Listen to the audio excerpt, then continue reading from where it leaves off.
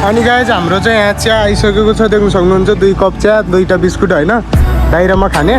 टक्क अब यो खाएर जाने हो, रुममा गएर खाना त खानुपर्छ मतलब, तर यो चाहिँ बेलुका चिया खाने बानी परेर हामी चाहिँ टक्क खाइरहेको छौँ गाइज होइन।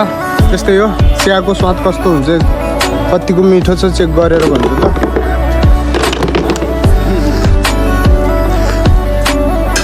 वाह वाह वाह वाह, धेरै दामी छ गाइज यार, लास्ट मिठो लाग्छ कि यहाँको चिया त है, सही छ चिया चाहिँ। सो गाइज हामी चाहिँ यहाँबाट निस्किँदैछौँ, यही हो होटल चाहिँ होइन, देख्नु सक्नुहुन्छ।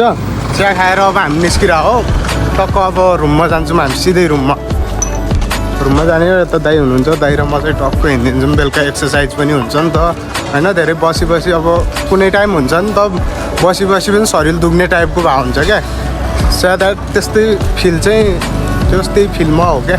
टक्क मजाले घुम्यो होइन, अल्छी लागेको बेला अनि टक्क रुममा गएर खाना खायो सुत्दिने हो सिधै।